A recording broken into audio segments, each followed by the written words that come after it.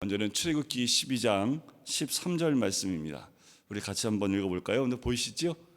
보이시면 같이 보시고, 네, 아니시면 성경 찾으셔도 좋습니다. 오늘 세 군데를 찾을 텐데 출애굽기 12장 13절입니다. 내가 애굽 땅을 칠 때에 그 피가 너희가 사는 집에 있어서 너희를 위하여 표적이 될지라. 내가 피를 볼 때에 너희를 넘어가리니 재앙이 너희에게 내려 멸하지 아니하리라. 요한복음 1장 29절입니다. 같이 읽겠습니다. 이튿날 요한이 예수께서 자기에게 나아오심을 보고 이르되 보라, 세상 죄를 지고 가는 하나님의 어린 양이로다. 자, 마지막입니다. 요한계시록 5장 11절부터 14절까지 말씀인데요. 요한계시록 5장 11절부터 14절까지 말씀입니다. 우리 함께 볼까요? 내가 또 보고 들으매 보좌와 생물들과 장로들을 둘러선 많은 천사의 음성이 있으니 그 수가 만만이요 천천이라. 큰 음성으로 이르되 죽임을 당하신 어린 양은 능력과 부와 지혜와 힘과 존귀와 영광과 찬송을 받으시기에 합당하도다 하더라. 내가 또 들으니 하늘 위에와 땅 위에와 땅 아래와 바다 위에와 또 그 가운데 모든 피조물이 이르되 보좌에 앉으신 이와 어린 양에게 찬송과 존귀와 영광과 권능을 세세토록 돌릴지어다 하니 내 생물이 이르되 아멘 하고 장로들은 엎드려 경배하더라. 아멘. 새해 첫 주 새벽 기도회 가운데 우리가 예수 그리스도 그 이름의 의미에 대해서 함께 나누고 있습니다. 첫째 날 나눴던 예수 그리스도, 그분이 나의 주인임을 고백했지요. 자기 백성을 모든 죄에서 구원하실 분, 그리고 기름 부음 받은 자로 선지자로서 또 제사장으로 왕으로 우리 삶 가운데 오신 분이지요. 그분이 우리의 주인이십니다. 나의 모든 것, 그것이 나의 주인 되신 예수 그리스도의 것임을 고백하며 나가는 것이 주 예수 그리스도라는 이름의 뜻이었지요. 또한 그 예수 이름의 비밀 가운데 또 하나는 임마누엘이었습니다. 우리와 함께 하시는 하나님입니다. 우리와 함께 하시는 하나님이 우리가 어떤 환경에 있든지 늘 함께 하심으로 형통케 하시는 놀라운 능력이 있는 줄 믿습니다. 올 한 해 주 예수 그리스도의 그 이름과 그리고 임마누엘 그 주님과 함께하는 복된 한 해가 되길 주의 이름으로 간절히 축원드립니다. 오늘은 그 어린 양의 그 예수 이름의 비밀 가운데 또 하나의 이름이 어린 양입니다. 주님이 공생애를 시작하기 전에 예수님께서 세례 요한에 나아갈 때 세례 요한이 예수께서 오시는 모습을 보고 이렇게 고백을 하지요. 보라, 세상 죄를 지고 가는 하나님의 어린 양이로다 라고 이야기를 합니다. 자, 요한계시록에 보면 천국을 새 예루살렘으로 묘사하는데 그 새 예루살렘의 보좌에 앉으신 예수 그리스도를 계속해서 어린 양이라고 부릅니다. 그래서 요한계시록에 보면 예수님을 어린 양으로 등장시키고 이름을 특히 많이 등장하는데 그 이름의 횟수가 무려 28번이나 언급되어 나오는 것을 보게 됩니다. 그럼 어린 양, 그 어린 양은 어디서부터 언급된 단어일까? 신약에 처음 나온 단어가 아니지요. 구약시대부터 구속사와 깊은 뿌리를 가지고 있고 다 있는 것이 어린 양입니다. 구약 성경에 보면 어린 양은 성전 제사에서 사람의 죄를 대신하여 제물로 드렸던 그 동물이 바로 어린 양입니다. 그 생명을 죽여서 피 흘림으로 통해서 누군가의 죄값을 대신 치르게 했던 동물이 어린 양입니다. 예수님을 어린 양이라고 할 때 그 의미는 우리의 모든 죄를 위하여 피 흘려 희생하고 돌아가신 그것을 의미하는 거지요. 자, 피 흘림에 대한 그리고 그 피 흘림 희생에 대한 성경적 기원을 한번 보면 우리가 아담이 죄를 짓고 에덴에서 쫓겨날 때 그때 하나님이 아담과 하와를 위해서 준비해 주신 것이 있습니다. 창세기 3장 21절에 보면 이것을 준비해 주세요. 여호와 하나님이 아담과 그의 아내를 위하여 지어 입히신 것이 있습니다. 무엇을 입히셨을까요? 가죽옷입니다. 가죽옷을 지어 입혔다라는 말씀이 나와요. 에덴에서 쫓겨나던 아담과 하와의 모습 가운데 그냥 쫓겨내신 것이 아니라 그들의 헐벗음과 모든 것을 덮을 수 있는 그 가죽옷을 그들에게 입힌다라는 거지요. 가죽옷을 입힌다라는 것은 무엇을 의미합니까? 그것은 생명이 죽었음을 의미하는 거지요. 그리고 그의 수치를 덮어준다는 의미가 있습니다. 그것은 무엇을 의미합니까? 바로 누군가의 피를 흘림을 통해서 그들의 죄를 사하여 준다는 의미가 그 가죽옷을 찢어 입힌다는 의미 안에 들어가 있는 거지요. 그것은 곧 예수 그리스도의 죽음을 그들 아담과 하와에게 지어주었던 가죽옷을 의미하고 가죽옷을 지어줬다는 것에 그 의미가 있는 거지요. 또한 이 어린 양에 대한 부분들은 출애굽기에 보면 유월절 어린 양의 보혈에 대한 부분들이 등장을 합니다. 이스라엘 백성을 애굽에서 데리고 나올 때 10가지 재앙을 하지요. 마지막 10번째 재앙이 있을 때 그때 이스라엘 민족 가운데 세워졌던 절기가 유월절 절기입니다. 죽음이 애굽 온 땅을 덮을 때에 그 어린 양의 보혈이 그 문설주와 임방에 발려 있었던 집만은 넘어가게 되지요. 그래서 패스오버라고 이름하여 유월절이라는 그 이름을 갖게 됩니다. 그래서 그 집을 넘어갔다라는 얘기를 하지요. 어린 양의 피가 문설주에 발려 있음을 통해서 그 재앙이 넘어갔다라는 겁니다. 그렇지 않은 모든 집에는 장자의 죽음이 그 집 가운데 임하는 것을 보게 돼요. 이 10번째 재앙으로 통해서 마침내 바로는 이스라엘 민족을 애굽에서 내어보내게 되는 거지요. 이 마지막 재앙은 기독교 신앙의 핵심되는 어린 양의 피, 예수 그리스도의 보혈의 능력과 관계가 있습니다. 에덴 동산에 쫓겨나던 인간에게 입혀준 가죽옷처럼 유월절 어린 양의 피는 장차 오실 예수 그리스도의 보혈을 상징하는 거지요. 우리는 우리 자신의 힘으로 죄의 문제를 해결하지 못합니다. 죄는 우리 힘으로 극복될 수 없는 거지요. 그것은 어린 양의 보혈로만 씻겨질 수 있는 겁니다. 베드로전서 1장에 보면 이런 말씀이 있어요. 너희가 알거니와 너희 조상이 물려준 헛된 행실에서 대속함을 받은 것은 은이나 금같이 없어질 것으로 된 것이 아니요 오직 흠없고 점 없는 어린 양 같은 그리스도의 보배로운 피로 된 것이라. 예수 그리스도의 보배로운 피에는 우리가 상상할 수 없는 엄청난 능력이 있는 줄 믿습니다. 어린 양의 피는 우리를 죄에서부터 자유케 하는 능력이 있어요. 요한복음 1장 29절 우리가 읽었던 말씀에 보면 보라 세상 죄를 지고 가는 하나님의 어린 양이로다. 원어에 보면요, 이 한 문장 안에는 과거형과 현재형이 함께 공존해 있습니다. 예수는 우리의 과거의 죄를 해결해 주시는 동시에 현재의 죄도 계속해서 해결해 주시는 어린 양의 그 능력이, 그 피의 능력이 있음을 이야기하고 있는 거지요. 어린 양은 우리의 모든 죄값을 이미 치렀으므로 우리 과거의 죄를 해결하셨지요. 동시에 지금도 우리가 천국 가는 그날까지 끊임없이 우리의 죄에서 자유케 하는 힘이 그 가운데 있다라는 거예요. 자, 다시 한번 유월절 그때 이스라엘 민족 그 집 안에 있었던 광경으로 한번 돌아가 볼 필요가 있습니다. 그것이 바로 지금 현재 우리가 살고 있는 우리에게도 똑같이 적용하기 때문에 그래요. 자, 유대인들이 했던 것은 무엇입니까? 애굽의 모든 장자가 죽었던 그날 밤에 이 유대인들이 했던 것은 딱 하나밖에 없어요. 어린 양을 잡아서 그 피를 문설주와 임방에 바르는 거지요. 자, 문설주와 임방에 바르고 난 다음에 어떻게 합니까?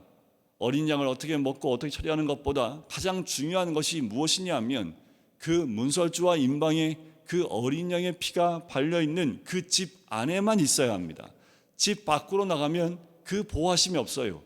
어린 양의 피가 있는 그 가정 안에, 집 안에 있으면 그 피로 인하여 보호를 받을 수 있는 거지요. 지금도 똑같습니다. 어린 양의 피 흘림 없이는, 그리고 그 피의 능력을 믿는 믿음 안에 거하지 않고는 우리는 절대로 안전할 수 없다라는 거예요. 지금도 우리는 그 어린 양의 보혈, 그 안에 머무르는 믿음 가운데 있어야 어떠한 사단의 공격에도 이길 수 있고 보호받을 수 있다라는 겁니다. 우리는 어린 양의 피 안에 머물러 있어야 삽니다. 어린 양의 피만이 우리를 지켜주기 때문에 그래요. 그날 밤 죽음의 사자는 하나님의 사자였지요. 하나님의 사자임에도 불구하고 어린 양의 피가 있는 곳은 통과에 들어가지 못하고 넘어갔습니다. 그렇다면 지옥의 사자 마귀들에게도 이 피는 절대로 통과할 수 없고 뚫을 수 없는 보호하심이 있다라는 거지. 어린 양의 보혈은 이렇게도 표현할 수 있겠죠. 영적 방탄복과 같습니다. 그 어떤 것도 뚫을 수 없어요. 그 어떤 사단의 공격도 이 어린 양의 보혈을 뚫을 수가 없지요. 우리가 온전한 믿음으로 어린 양의 보혈 안에 거하면 마귀는 절대로 우리를 무너뜨릴 수 없습니다. 하나님을 기쁘시게 하고 하나님의 가장 큰 능력과 보호와 축복을 끌어낼 수 있는 능력도 어린 양의 피에 있습니다. 그 어린 양의 피의 능력이 마귀를 두려움에 떨게 하고 아예 가까이 오지도 못하게 하는 거지요.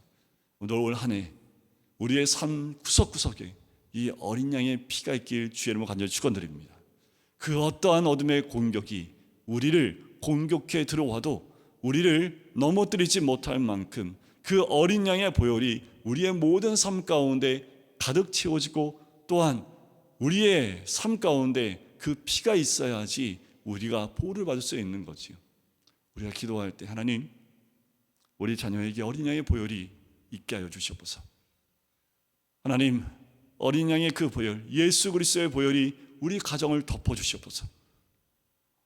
예수 그리스도의 보혈이 내가 일하는 일터 위에 덮어 주시옵소서.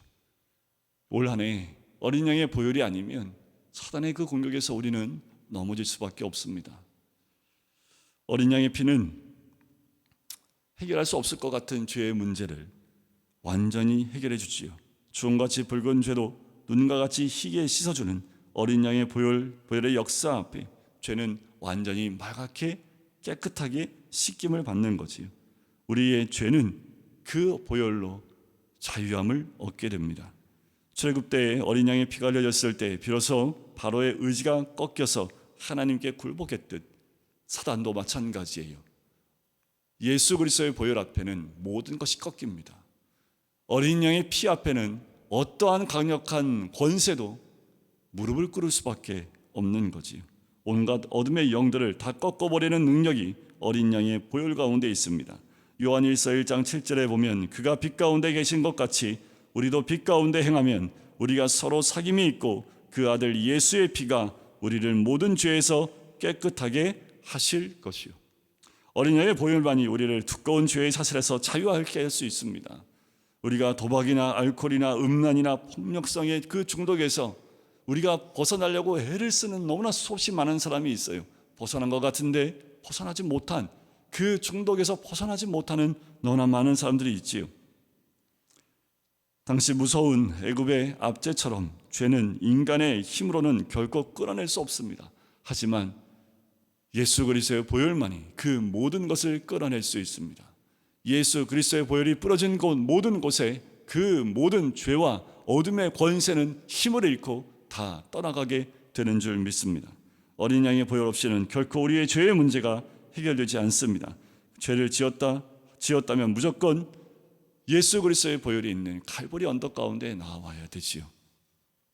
주님, 제가 죄인입니다.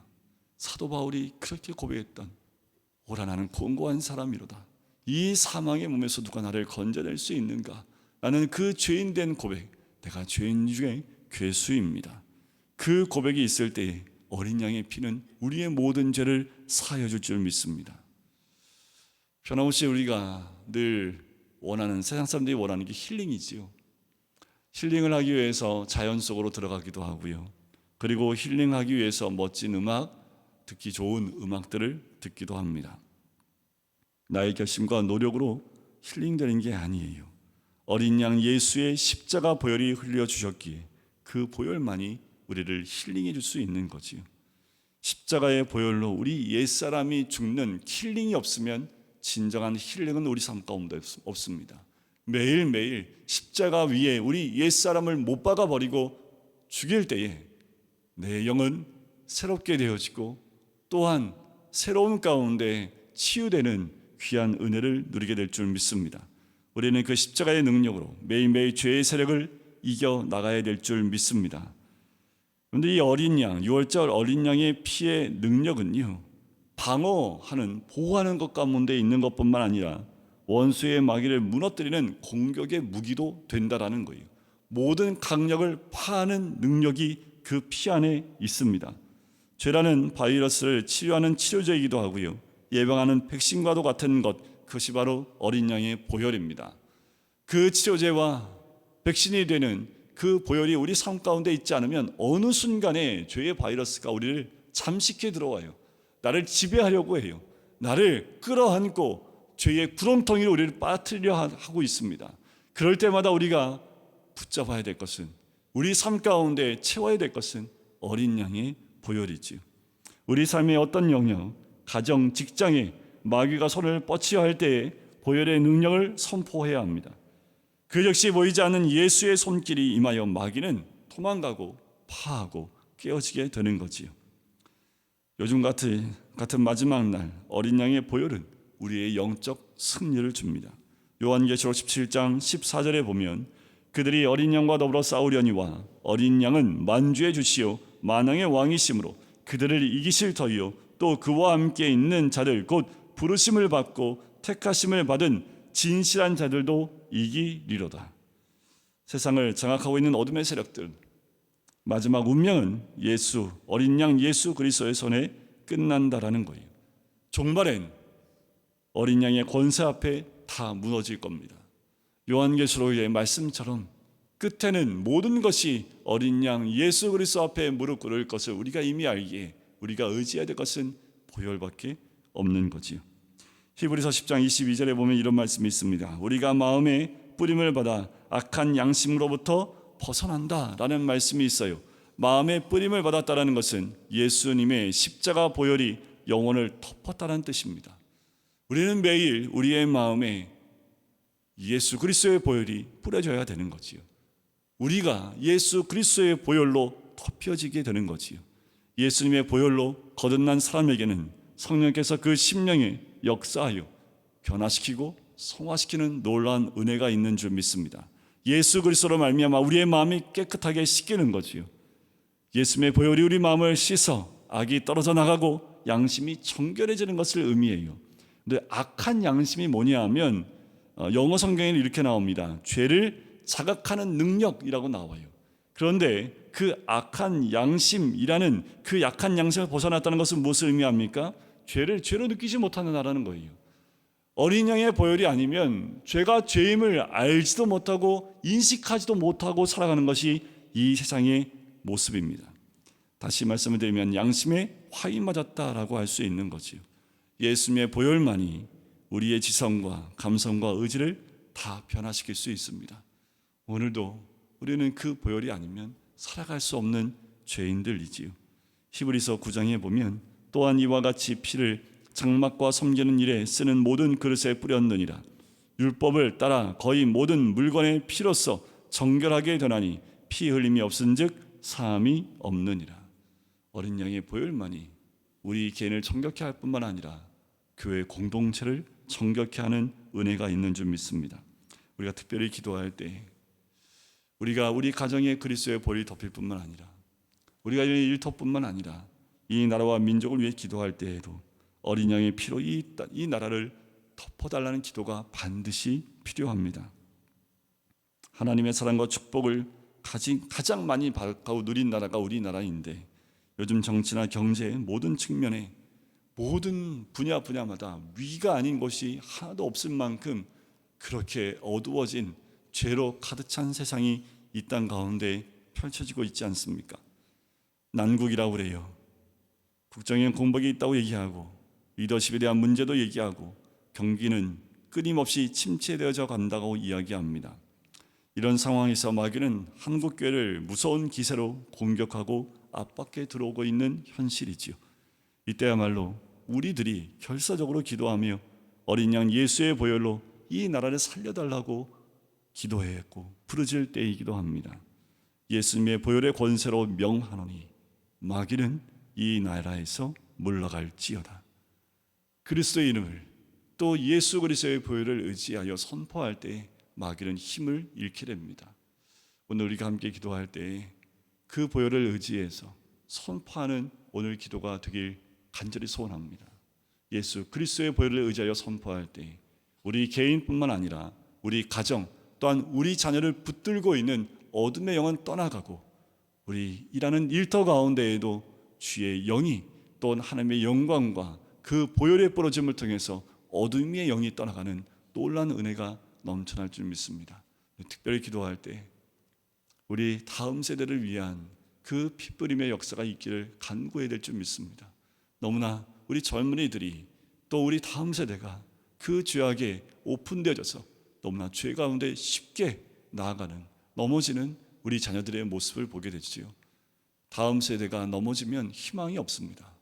우리 다음 세대인 우리 아이들이 어린 영의 보혈로 깨끗하게 되어지는 은혜를, 또한 주의 보호하심이 있는 그 믿음 가운데 거하는 우리 자녀가 되기를 우리가 함께 기도함으로 나가야 될 줄 믿습니다.